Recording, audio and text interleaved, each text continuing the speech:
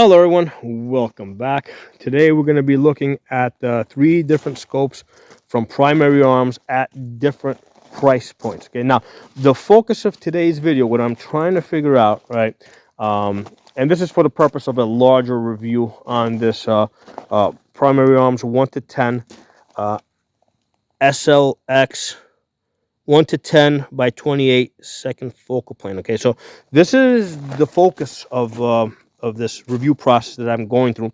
So this is a 10x magnification, and what I'm doing is I'm comparing it to a more expensive scope. This is the Primary Arms M8. This is a $1,500 scope over here, right? This the glass in this is made in Japan. It's supposed to be like, you know, really it's supposed to be better glass, right? It's supposed to give you a much more clear image. And what I'm trying to figure out today is, are you better off getting higher magnification, right, in the 10x here, or better glass and maybe a little bit less magnification? What's going to give you a better result? Okay, and then over here I've got the Primary Arms 1-8 acss. This is the first one, right? So this is the kind of like the original variable scope that they put out there. Okay, so this one here is about $300. The middle one is $450, and this M8 over here is $1,500. Okay, so quite a jump there in the price. And the way that I'm going to go about objectively determining this today is I've been shooting targets out at 100 yards and 110 yards. Right, I actually started at 65, then I went 75, then 100, and then 110. And what I'm doing is I'm measuring at what distance can I see the 22 caliber holes. Okay, so you know, at what distance. And what I'm finding, right, just to kind of jump ahead a little bit, what I'm finding is that at the 110 yards, I can see the bullet holes pretty clearly with the, not super clearly, but I can see them pretty clearly with the 10x magnification in the $450 scope. But with the 8x, I'm struggling to see those bullet holes. Okay, even though it's Japanese glass, just because it's a lower magnification, I'm having a harder time at the 110 yards seeing those bullet holes. Okay, and of course with the cheaper one, same deal. I mean, with all 3 scopes, I can see them at 100 yards. It's just on, you know, it's just when I go up to 110 yards, that's the point at where I see a difference, where I can barely see it with the $300 one. I can barely see it with the $1,500 one over here. Okay, both of those being 8x, but with the 10x at $450, I can't see the holes. Okay, so before I go any further, let me give you guys a look inside of the scopes. Let me zoom these guys down to 1 power. Get them all down to 1 power, so you can get an idea of what we're looking at through the glass. All right, so first let's start with the expensive one, right? The $1,500 one over here.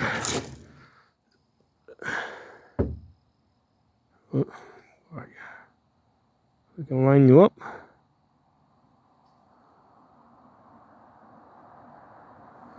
Why is this thing giving me a hard time? Hold on. Okay, right.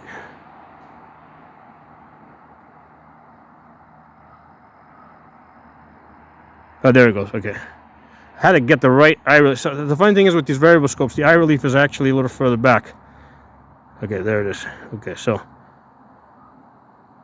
when I get this right,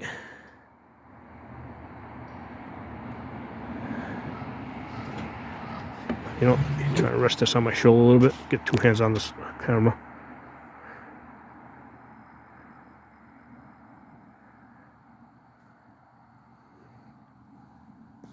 Yeah, there it is. There you go. Okay, so that's what I want to show you. So you see how it's like the ring of the scope almost disappears. Right? It almost disappears. And then you see that reticle over there?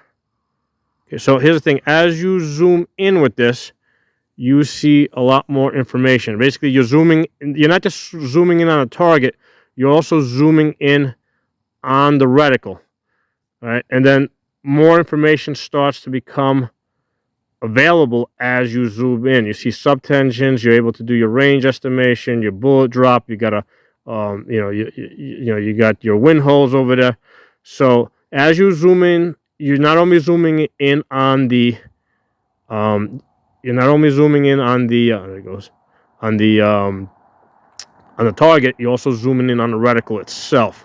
And again, you can see how it goes almost edge to edge over here, right? You got really thin ring. Zoom you back out. All right, so when you go all the way out, basically you see a duplex reticle, right? Because all those details kind of, they shrink down, and you got yourself a large duplex reticle. All right, so let's go. That's the $1,500 one. Okay, let's take a look now at the $450 one.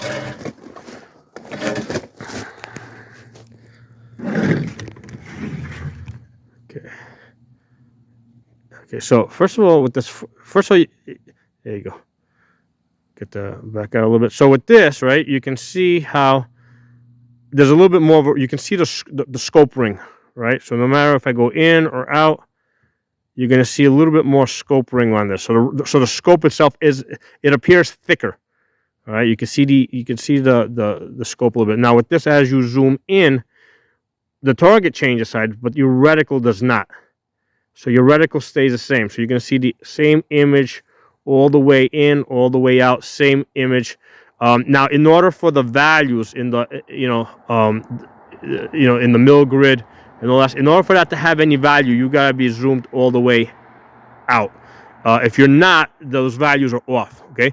Whereas with the other one, with the $1,500 one, which is a first focal plane, those values, because the reticle is changing size as as you're zooming in and out, the values are, they maintain their value, right? With this, the values only are true if you zoom all the way out. Now, the only thing that's accurate is the tip of the chevron, because that's basically accurate at all magnifications. Okay. Now, one of the things that you notice with the second focal plane, if I'm a little bit off, you can see how you can kind of see the reticle a little bit. So you can kind of see the reticle. And what I find with the first focal plane, if you're a little bit off, right, if you're in the shadows, you don't see anything. All right, so you don't see the reticle at all. Actually, let me light this up and you'll get a better idea of what I mean. So if I light this up, all right, so right there, you see how it's lit? All right, so if I go into the shadows, that disappears completely, right?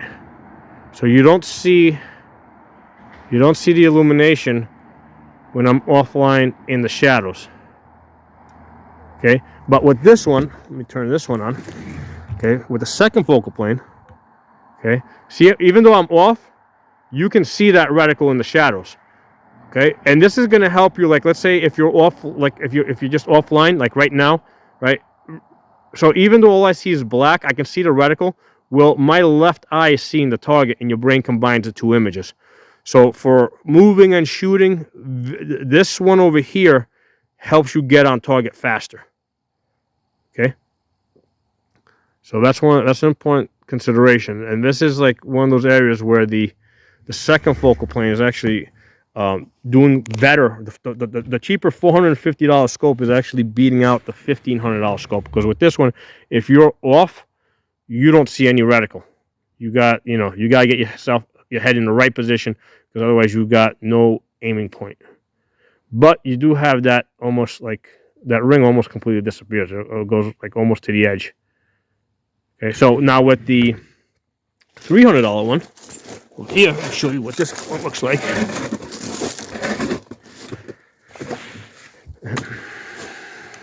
So again, this is also second focal plane. All right. So with this, you see a much bigger, even a bigger ring. Whoops, position. So, okay, there you go. So with this, you see an even bigger ring, more wall. So you don't go like edge to edge with this. There it is. Okay, that's like as good as it's gonna get. So you're gonna have that. Lost it. So you're gonna have that ring. So this one also has the least amount of information in the reticle. I mean, you've got. Let me zoom this in a little bit.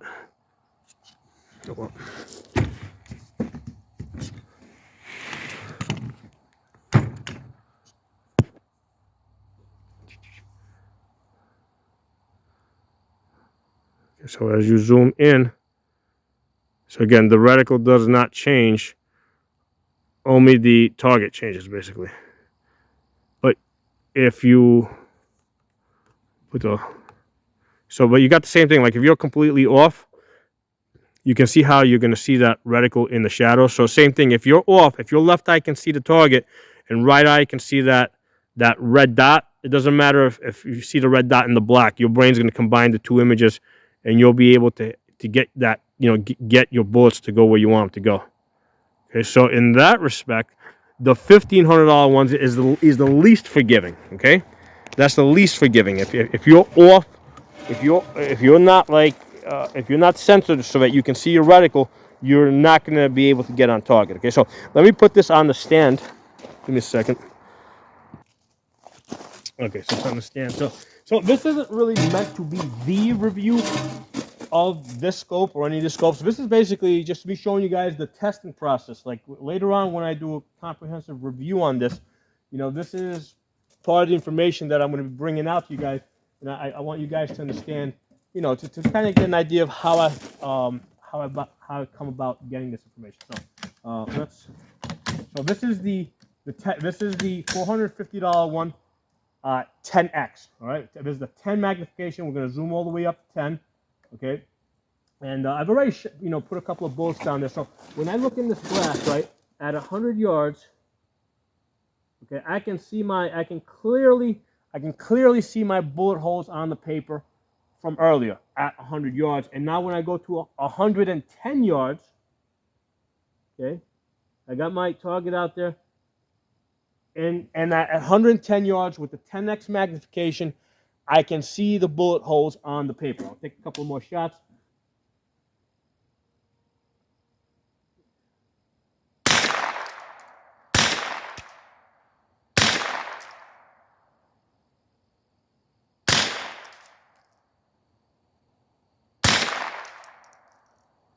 All right, so I can see the bullet holes. Now, it's starting to get a little, a little darker now because we're getting into the evening. When the sun is out, I can see them more clearly, right? Now as it's starting to get darker, if it gets cloudier, it's harder to see them, okay? So the light makes a difference.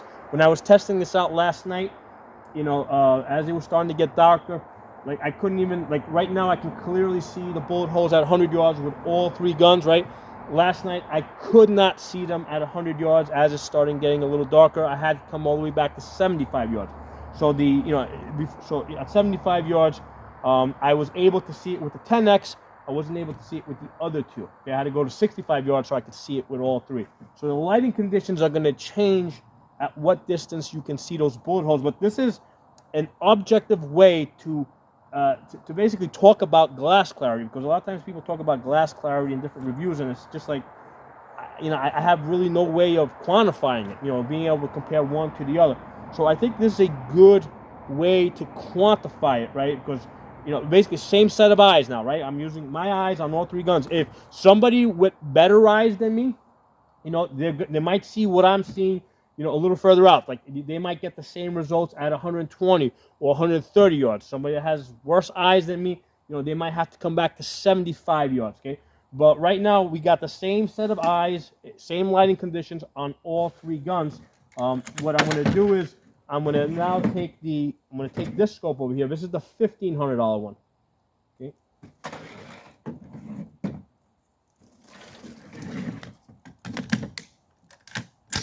Okay, $1,500 one. I'm going to zoom out. Okay, so at 100 yards, I can see my bullet holes. I can see my bullet holes at 100 yards. It's starting, not as clear as I could, about an hour ago, but I can still see them at 100 yards. At 110 yards, I can barely see them. I barely see them. So even though this is, Japanese glass, approved by the Emperor of Japan himself, the 10 power allows me to see the bullet holes at 110 yards. The Japanese glass at a lower magnification doesn't allow me to see the bullet holes as clearly. Okay, that's objective. That's just what it is. Let's take some shots over there.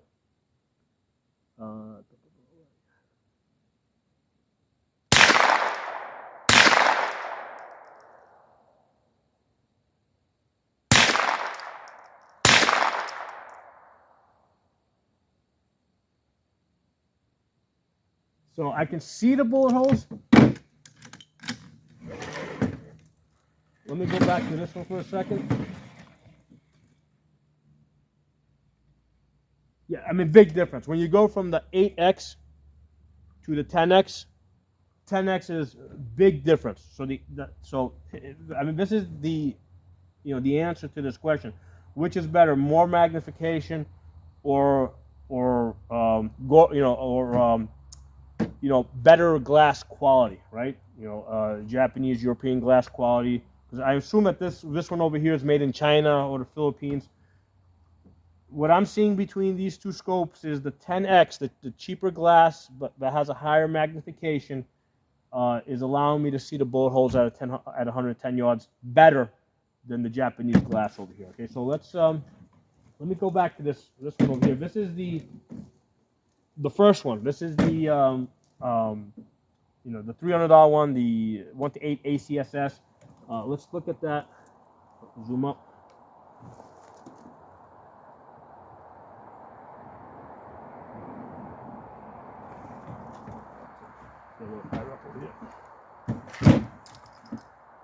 So at 100 yards, I can see my bullet holes. I could see them more clearly earlier when it was a little brighter out. Sometimes if you adjust the focus, it might, I've already done this several times, so it's in the right place. So at 110 yards, I can kind of see the bullet holes, but there's no question that the 10X is allowing me to see the bullet holes the best.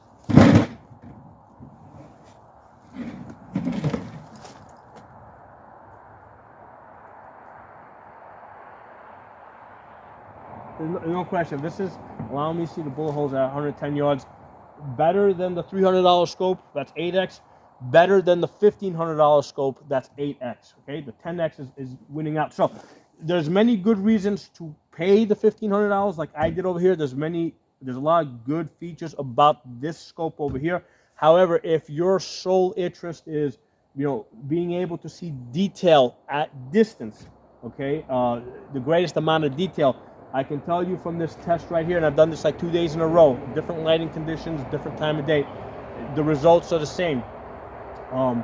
If you're interested in seeing the most amount of detail at the most distance, the 10X, even though it might be made in China or Philippines or I don't know, Mexico, where the hell they make this, I don't care where it's made.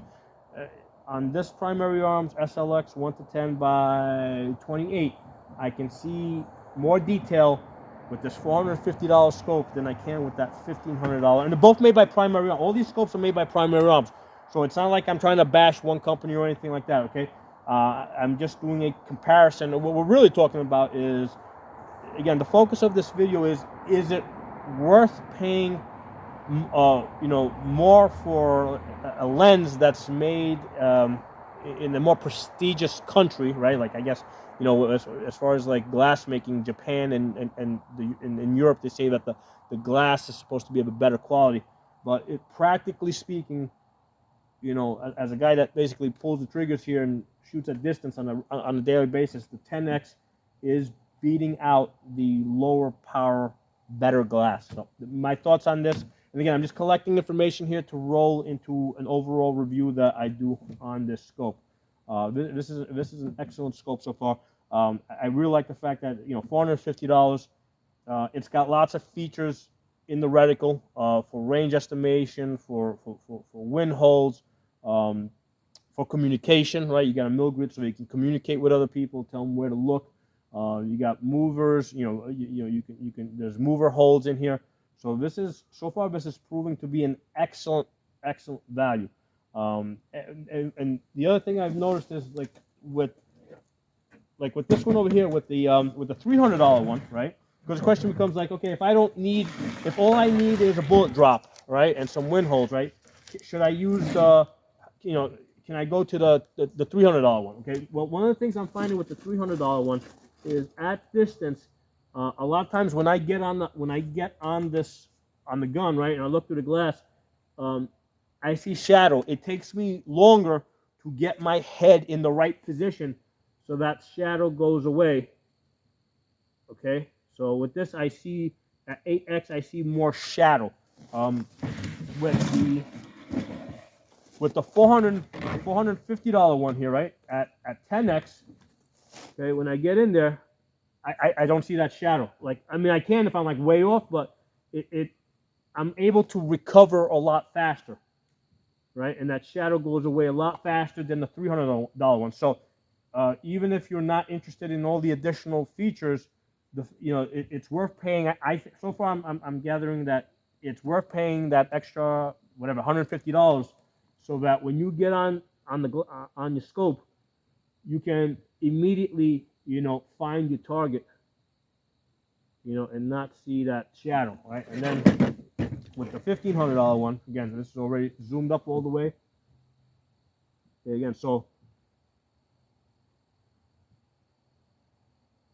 not that again, I'm able to get on the gun, and there's like minimal shadow. So that's the difference. Like when you go down to the $300 one, you're gonna have scope shadow issues. When you get let's say when you go up to the $450 one, right, the scope shadow becomes less of an issue, and it's almost as good as this $1,500 one, right? I'm able to get on it pretty easily. Now, one of the interesting things as far as your field of view, right, when you're in max power, right, you'll notice with this 10 power scope, when you're looking out there, you seem to have a more narrow field of view, right? When I look through here, because basically I'm able to look at my trees. I got trees out there, and I can see, okay, when I look through this scope, I can see from this tree, I got this tree on this edge, that tree on the other edge, okay? So it seems with the 10 power, you have less of a field of view, right? I see less of my trees over there. However, when I zoom this to 8 power, and I make them all 8, now I see the same thing. I have the same field of view. So that's one of the things to be aware of, that when you're with the 10 power, you will have less of a field of view, right? Because you have more, because you got more magnification. But when you go down to 8 power, actually I went too far. When you go down to 8 power, which is right there, when you go to 8 power, all of a sudden the field of view on all these scopes is about the same. I haven't been able to tell a difference, but that's one of the things that might stand out to you initially when you get on the scope is, hey, this seems to be a lot more narrow out there. Well, it's because it's a 10 power. If you go to 8, you're gonna have you're gonna have the same field of view as the others. Now, one of the things with the second focal planes, right? If you're using the bullet drop, you can only the tip of the chevron is accurate if you're at anything other than max power. Okay, the tip of the chevron is accurate at all powers. In order for the bullet drop to be useful, you have to be at max magnification. If you forget to, you're going to be way off, right? If you're like at 6 power or something, and you try to use the bullet drop compensator on a second focal plane, you're going to be like way off, and it potentially dangerous, right? Because what's going to happen is as it shrinks, you're going to end up shooting way over your berm. So that's something that you got to be really careful with the second focal plane scopes. You have to make sure that if you're using the bullet drop, you have to be zoomed out all the way. The other thing you want to be careful of, because usually if when I'm at a different location, I'm shooting, let's say like 300, 400, 500 yards. What I will typically do is I'll go to 3 power, and that will help me find my target out there, and then I'll zoom up once I find the target. Well, what happens is, when you're in the scope and then you zoom up, right? A couple of times what I noticed is like I didn't move my hand all the way. So instead of going to all the way to up, I fell one short. So like instead of going to 8, I went to 7. haven't had a chance to test this one out, but like on this scope over here, I noticed a couple of times, you know, when I was flipping this over from one, I didn't quite go all the way. I came up a little bit short, and that's, you know, I was missing what I thought were like pretty easy targets, you know, at an easy distance, you know, for what I was shooting at. And the reason was because I didn't crank all the way over. So that's one of the things you gotta make sure. You gotta make sure you crank all the way over if you're gonna be using that bullet drop, especially if you're you know, going down the 4 power so that you can find your target, and then you zoom up, push it all the way over. Other thing worth mentioning is that I think Primary Arms did really good with the throw levers on these scopes, right? On both the $450 one and the $1,500 one have the same throw lever. The ones that they used on the original one, it was way too short. I had to put this extended throw lever on it. Then on the SLXs, they had one that was also really short. It's just really hard to work with. Now this one over here, I'm finding that, yeah, this is really comfortable to work with, but in some cases it's a little bit too long, and it can snag on stuff. And you know, I think with this $450 one, you know, with this, I think it's called the MS10, right? That's the $450 one, and the M8. I think they got it at the perfect length so that you can work with it. You got enough leverage there, but it's not so long that if you have it against your body, it's like digging into your chest. Okay, so they did really good with the length on these throw levers. So look forward to you know, I'm going to probably do a couple more videos on this as I go through the testing process. But this is a fun project. I'm really enjoying this. A lot of really cool stuff is coming out of this, you know, this testing that I'm doing. One of the things, another thing worth mentioning is the adjustments. I'll do a separate video on the adjustments, but on the adjustments on the $450 one are in MOA. They're like a 1/2 inch at 100 yards. Whereas with the $1,500 ones, they're in mil rads, right? So, which actually works out better because your mil grid is in mils. So what you can do is, since you can see your holes at 100 yards, right? You can use the mil grid to measure how many mils you're off, right? So let's say let's say you're 1 full mil off to the right. Well, then you know 1 full mil is 10 clicks. So you know so, or if you're a 1/2 mil, that's 5 clicks. So you can use your mil grid to adjust your turns, because both your mil grid and your turrets on this scope are in mils. Whereas with this one over here, the mil grid's in mils, right? But the turrets, the turrets are in MOA. You know, basically it's in, you know, it's a 1/2 inch at 100 yards. So these two aren't speaking the same language, which is fine. I mean, I've been, you know, using half MOA adjustments for many years, so I'm comfortable with it. But that's one of the, you know, that's one of the places where the $1,500 one is way better. I think that on this one, Primary Arms should have matched the turrets to the grid. This should have also been in mils, so that the turrets and the reticle are talking the same language. So, all right, talk to you all soon. Thank you very much for watching.